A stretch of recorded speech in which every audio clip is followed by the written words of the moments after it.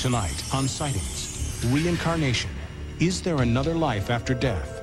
I was a crew member on the Titanic. The latest hypnotherapy breakthroughs could make you a believer in past lives. Then, if your travel plans bring you anywhere near this highway, think again. At that particular day, there were 15 who died. What deadly curse haunts this stretch of road? And our ongoing hunt for proof of ghosts takes our team of investigators to 2 new paranormal hotspots. Oh my God, it's going off the scale. No, right as I was coming over here, it went off the scale. You just have to say there's something extraordinary going on here. At that point, it started to appear. They had large, dark eyes, claw-like hands. I began sensing and knowing and feeling. I do believe in life after death. I mean, I've been there. We have not scratched the surface of what the mind can do. It's a connection with the unknown.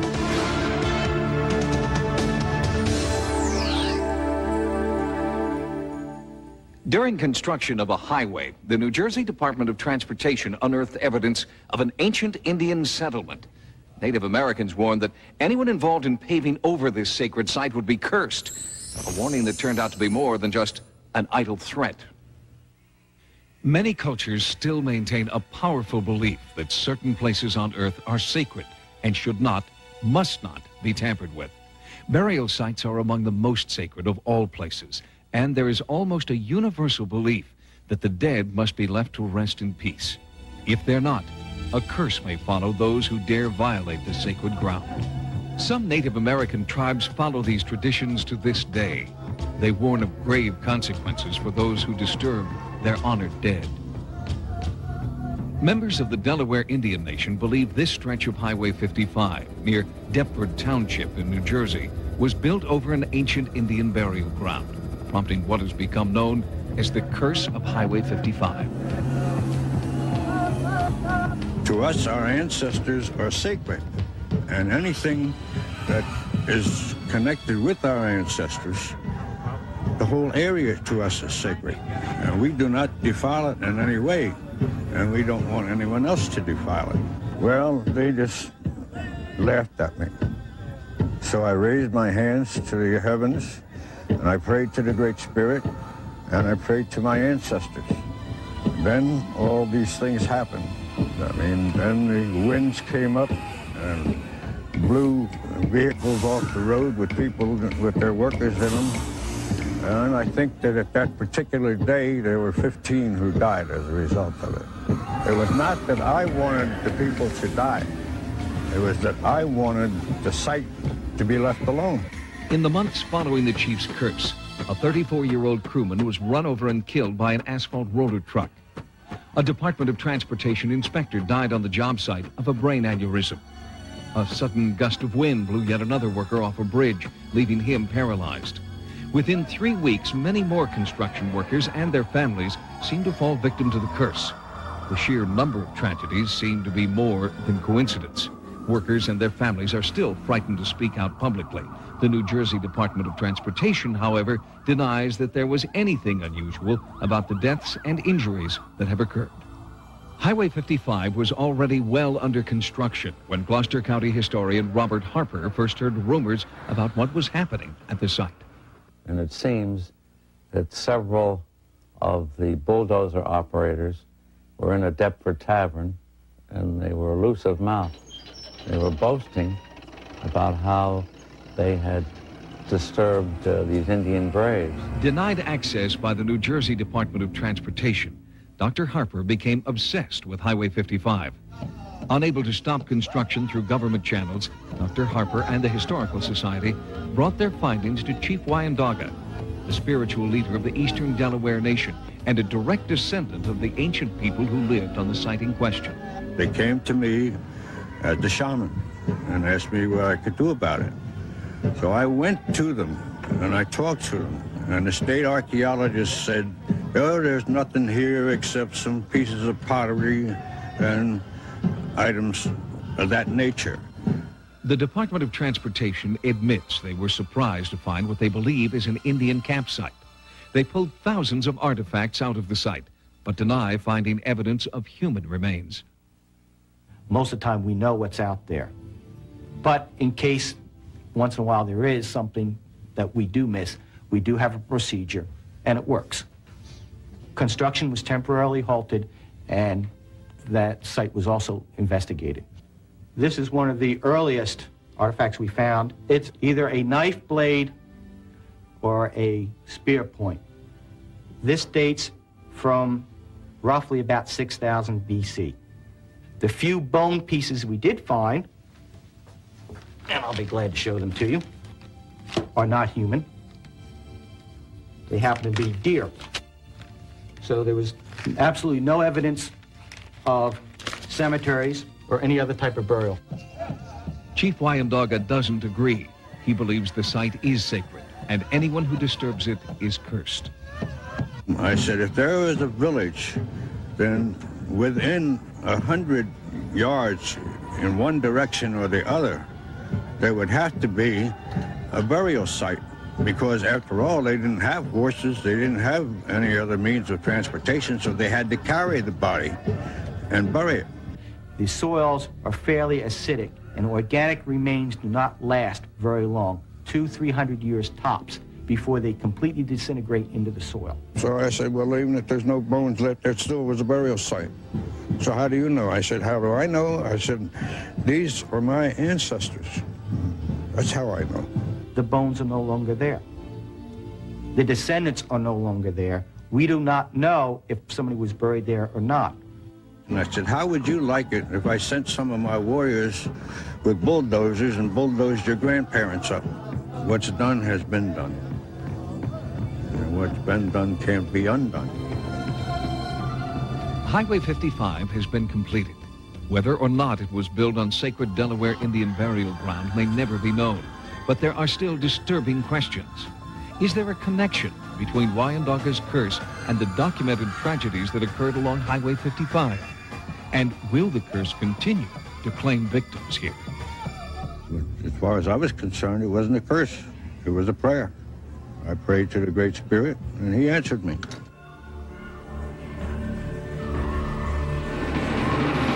Coming up next, reincarnation. Is there another life after death? I was a crew member on the Titanic. The latest hypnotherapy breakthroughs could make you a believer in past lives. And our ongoing ghost investigation takes us to 2 new paranormal hotspots. You just have to say there's something extraordinary going on here. What happens to us after we die? Many religions believe that we're reincarnated, that the soul is transferred to another body and we live again. And now, some modern researchers believe proof of reincarnation exists. Through hypnosis, many people claim they can recall past lives. I absolutely believe in reincarnation. I was a Japanese man. I've been a silversmith. I've been, had many past lives as warriors. I worked a printing press, and this was in about 1780s. Over 3,000 people claim to have recalled past lives working with author and reincarnation teacher Betty Binder. Reincarnation is the process by which the soul, which is our spiritual essence, at the end of a lifetime, when the body dies, leaves that lifetime, leaves that body, gets into a new body and starts a new lifetime. Does reincarnation exist? Under hypnosis, Betty's clients try to reach back in time to a time before they were born. They are searching their unconscious for evidence of past lives. The technique is called regression therapy. Once hypnotized, subjects seem to relive previous incarnations, recalling historical events, people, and foreign places they have no knowledge of. Subjects say their previous lives come to them like snapshots from the past. The philosophy behind reincarnation is that the soul has chosen to get into a physical body in order to learn something. We are choosing to incarnate in each lifetime because we have certain lessons to learn in each lifetime. Regression therapists work with people who want to go back in time and explore the possibility that they've lived before. The first step involves total relaxation of mind and body. Now take a stream of white light down through the top of your head. Let it run through your body, head to toe, as if you were sitting under a waterfall. Some people try past life therapy out of curiosity. Others hope to learn if problems in this life are linked to traumatic events in a past life. One of Betty's clients sought help for his clinical depression after traditional therapy failed.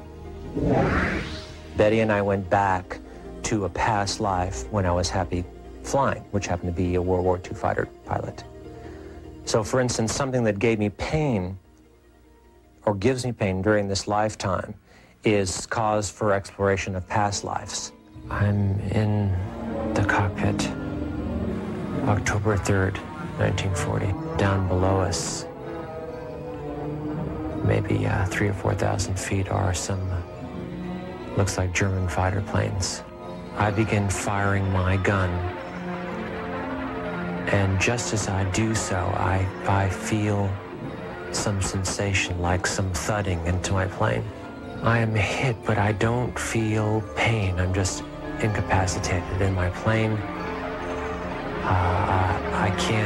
I've lost control of my plane. I'm at full throttle going straight into the ocean. Disintegrated. I'm floating. In 1988, my entire world fell apart, and I went through some traditional therapy. It was at that point that I was really grasping at straws to figure out what I was going to do. I guess you would call it a clinical depression. And it was at the point that I started working with Betty, incorporating this therapy, that things really began to change. Darrell Rooney had a profound fear of drowning.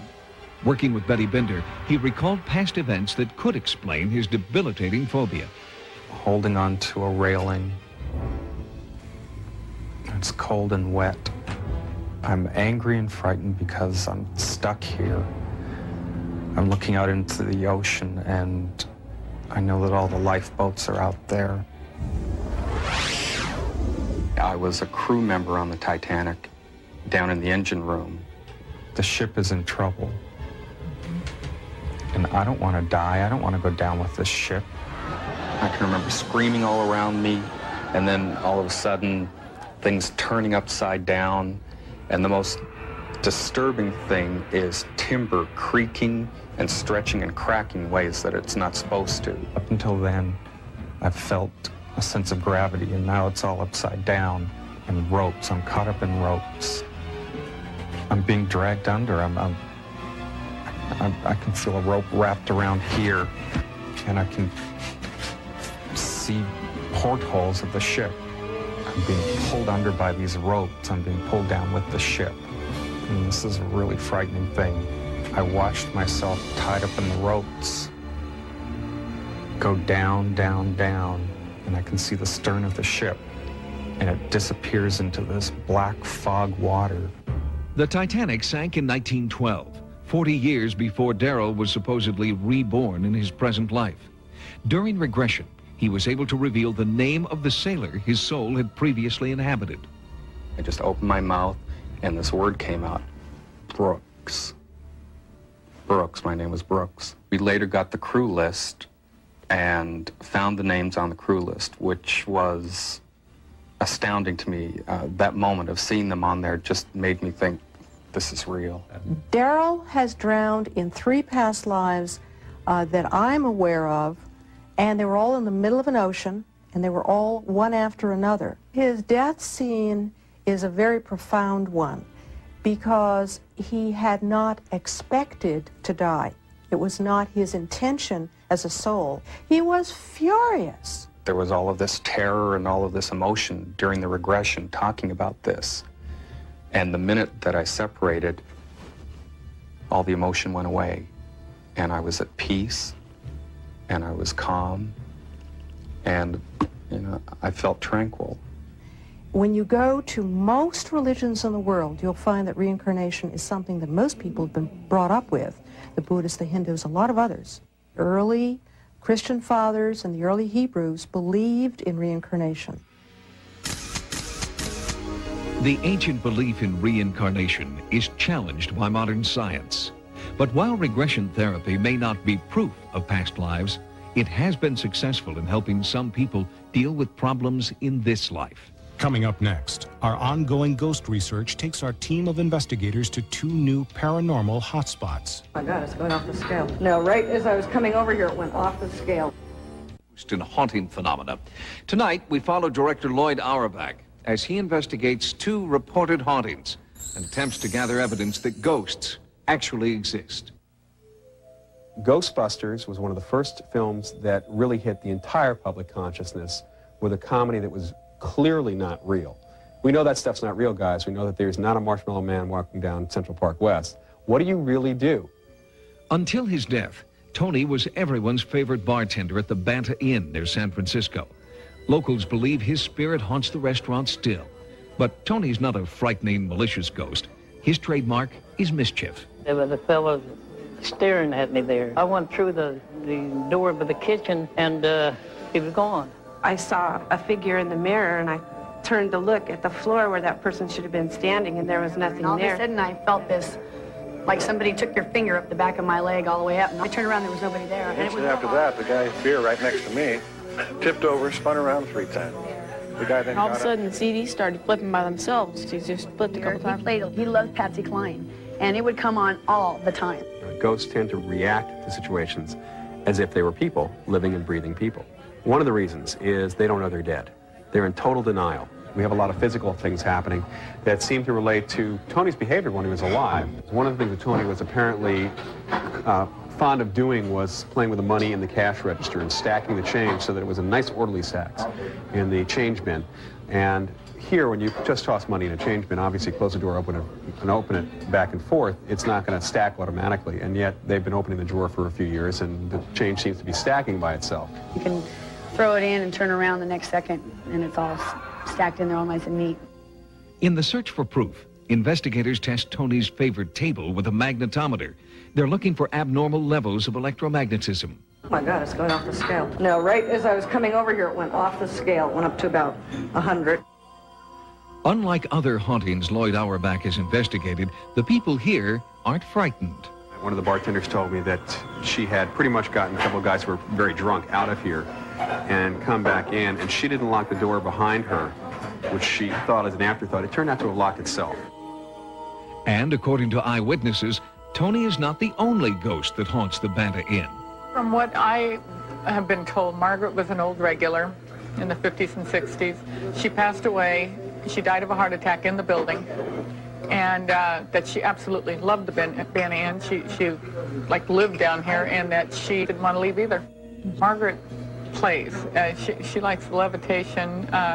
She likes throwing objects. The man came in and ordered a hamburger, and the bartender asked him something about how he wanted it done. And at that moment, from across the room, where there was no one sitting, an ashtray picked up off the table, flew across the room, past the guy's head, and dropped down in front of the bartender. Even Lloyd has experienced what seems to be Margaret's temper. The chandelier started moving by itself, and there was no way for that to have happened if the other one wasn't already moving, unless somebody rigged it, and that's the first thing we did check. In another haunting case at the Moss Beach Distillery in California, a deluge of eyewitness reports warranted more sophisticated diagnostic tools. Yeah, what we're installing are 3 different types of motion detectors: an infrared detector, a microwave detector, and an ultrasonic detector. In addition to the detection devices, Auerbach has assembled a team of psychics who will attempt to make contact with the spirits here. You may have a lot of person witnesses, but no camera witnesses to objectify the actual phenomena that's going on. Photographic evidence doesn't exist, and there are no good photographs because we're dealing with a purely mental phenomenon where the ghost is somehow transmitting an image into your brain and bypassing the eyes altogether. Apparently, it was built as a residence to begin with. There was a garage downstairs, and then it became a booming restaurant and a bordello, we think. There was a piano player here, and every evening a beautiful woman wearing blue would come to listen to him play, and apparently they were having an affair. The only problem was that she was married, and her husband was very jealous. And one night they were all here at the same time, and a fight broke out, and they ended up on the beach, and a stabbing took place, and apparently the lady in blue, was killed, and then she came back here to haunt the place. The blue lady is quite comfortable with us, and we're comfortable with her. We'll protect her, I think, as much as we can. She pulls a lot of pranks. I guess one that I can remember is the funniest is that a waitress in the kitchen towards the end of the evening got smacked in the rear end with a spatula, and there was nobody in the kitchen. We recently installed a heating and air conditioning system, and I spent the better part of one day programming these thermostats so they would go on precisely the time pre-designated and so forth. The very next day, I came into the restaurant and every single setting in the thermostat had been changed. And it would take at least 30 minutes for somebody to do that if you knew how to do it and if you knew how to unlock it. Coffee machines will turn on all by themselves and start dumping coffee out. At one point or another, I think everyone on our waitstaff has heard someone calling their name. I think it's just mischief. She probably gets bored and likes to play a couple of pranks. Let us know that she's around. Despite their battery of detection devices and psychic input, the Blue Lady of Moss Beach did not appear during their investigation. But Lloyd Auerbach is encouraged by the data that has been collected. There is definitely something anomalistic or psychic or whatever you want to call it going on in this place. We can go in every few months, let's say, and we can ask if anything new has happened and start really getting a fuller picture. Is the Lady in Blue imaginary, or could her failure to materialize be just one of her pranks? I personally believe this is happening because I take a lighthearted approach, and since most people have a sense of humor, I think most ghosts do too. Thanks for joining us. For Sightings, I'm Tim White. Good night. Is Princess Di the victim of an uncaring and unfaithful husband? Are her alleged suicide attempts really a desperate cry for help? Next Friday, Fox takes you behind the closed gates of Buckingham Palace to uncover the truth behind the shocking rumors about Princess Diana. Di, Prisoner in the Palace. A Fox special next Friday after America's Most Wanted. Now stay tuned for Hidden Video.